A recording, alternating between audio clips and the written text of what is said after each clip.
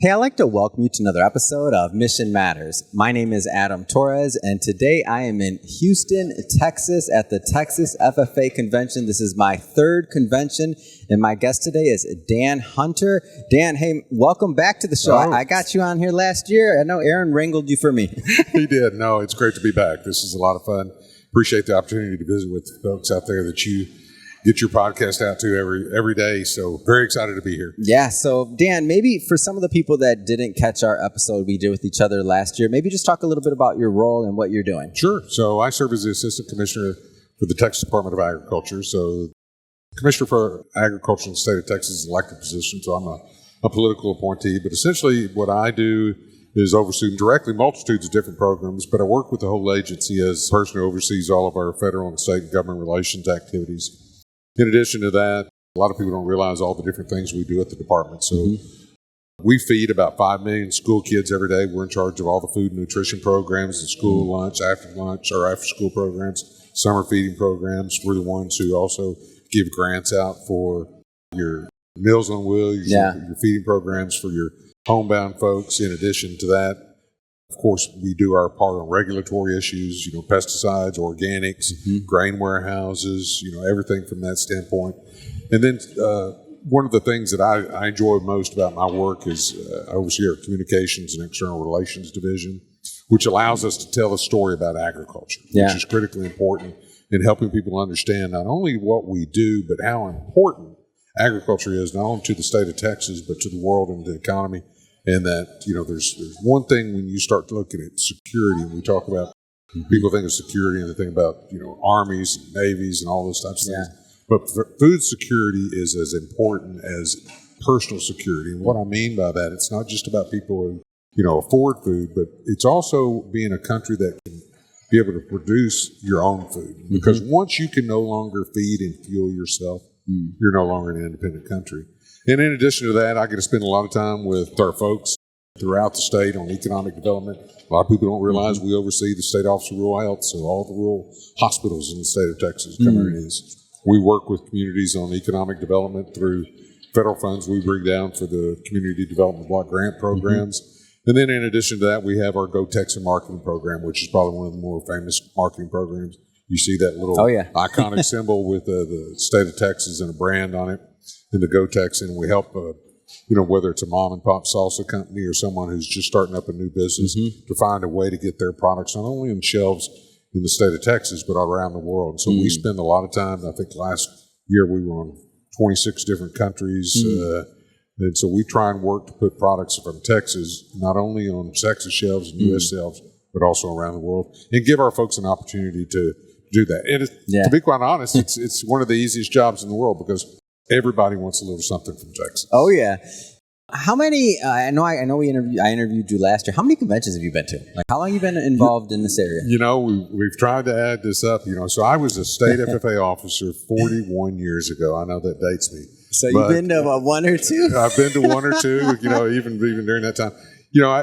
I think I've attended probably between 20 to 25 conventions. 20 to 25. And that's just state conventions. I did a few national conventions as well. But this is one of those places that you come back and the energy all of a sudden captivates you once again. And it makes you realize how wonderful this group and this organization is and what a difference it makes in people's lives.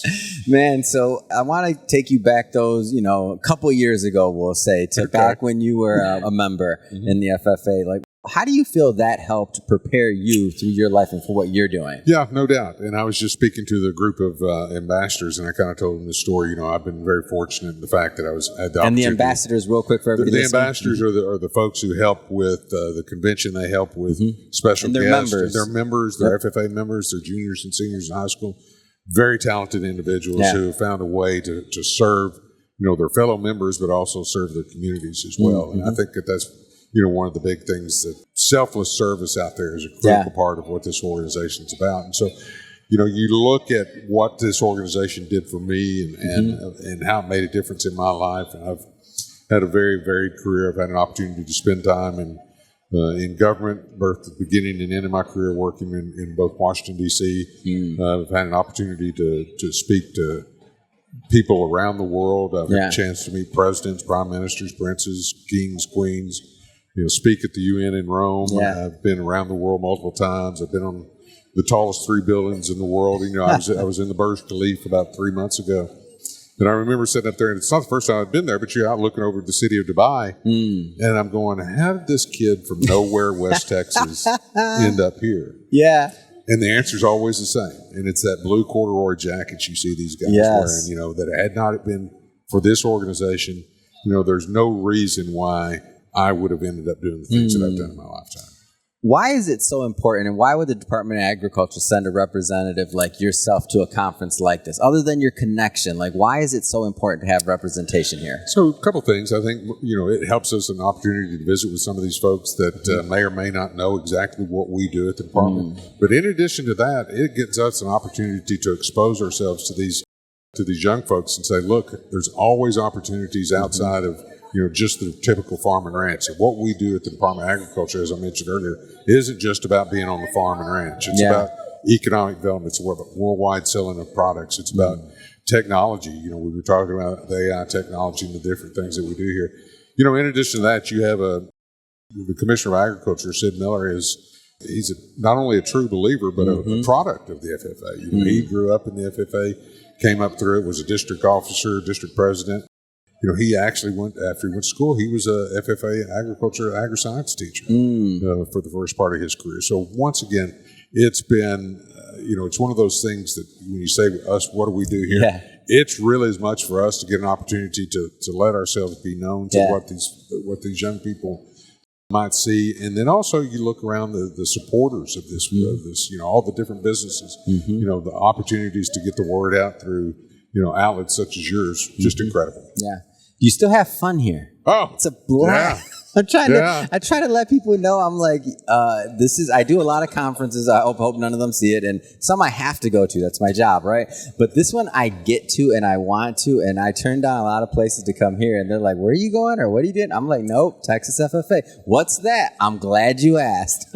Anybody that's asked, like, what's the next generation doing? Or are we secure? Or what's going on? Or this generation's doing this? I'm like, come to Texas FFA. And you will see respectful young adults that, yes, ma'am, yes, sir. Like, it's a different breed. And it's not just like you can talk to anyone. That's right. And it's a completely different conversation than anywhere else I've been into in the country. That's right. And what I would tell people, for those of you out there who feel like you don't know where the future is going to go, you don't understand, how we're going to, what the next generation is going to be like. Yeah. Come here. Yeah. This is what is going to be the leaders of the future. Yeah. These are the young folks who are going to be leaders in business. They're going to be leaders in government. They're going to be leaders in your community. And it gives you hope. It makes you understand that what you're seeing on the news day in and day out is not really what's happening in a lot of places in the world. Because you've got, a group of 177,000 members, 15,000 of them are here. Yeah. And like you said, every one of them are as impressive as the other. Where they come up and they visit with you, they want to understand and talk with you. Yeah. And the energy is phenomenal. You mentioned this week, they started off with a hurricane in Houston. And you don't see a single person complaining about that hurricane here. It's so true. Which is unbelievable. They faced, adversity. They had to rework their schedules. Some of these kids didn't have places to stay. Dan, I did an interview with this young member. I did an interview with her, and we're talking. I'm like, how are you doing? Like, we're probably like 80% done with the interview. Yeah. And I finally asked like a very direct question where she could just give me a direct answer, specifically on the drive-in. Was it okay? Did you carpool? She's like, oh, well, the car is wrecked and this, that. I'm okay. Everybody's fine, whatever. And I'm just like, anywhere else, like that type of adversity, would ruin your week. If you would have seen her, you thought she just like it was amazing. I was like, wow. And here I am complaining because I had my coffee an hour late. Adam, good job. Yeah. If you want to see the future, if you want to see hope, if you truly have lost hope in what where our country's going, come here. Yeah. It'll be restored. And last question for you, Dan. Sure. For the corporate sponsors or potential corporate sponsors, whether they're, big Fortune 500 companies, whether they're, mom and pop shops, whether they're mid-cap, whatever, why should they be in this room? So, I think it's a multiple phrase answer. And from what I would say, first of all, is that going back to what I just talked about, if you want to find out and see what the future leaders of this world look like, I'm talking about business, government, and those types of things. But these are actually going to be the people that are going to make a difference in what your business does in the future. This is not you coming here to sell them. This is you coming here and having an opportunity for them to see what you do and be interested in your product. I would say this, that, whether you're a Fortune 500 or you're a mid-level company or you're just someone that's starting out, if you want to find the best talent in the world, there's not a better place than Texas FFA Convention. Well said, Dan. Well, thank you for coming back on the show. I really appreciate it. And to the audience, as always, thank you for tuning in. If this is your first time with us and you haven't done it yet, this is a daily show. Hit that subscribe button or that follow button, and we'll see you next time.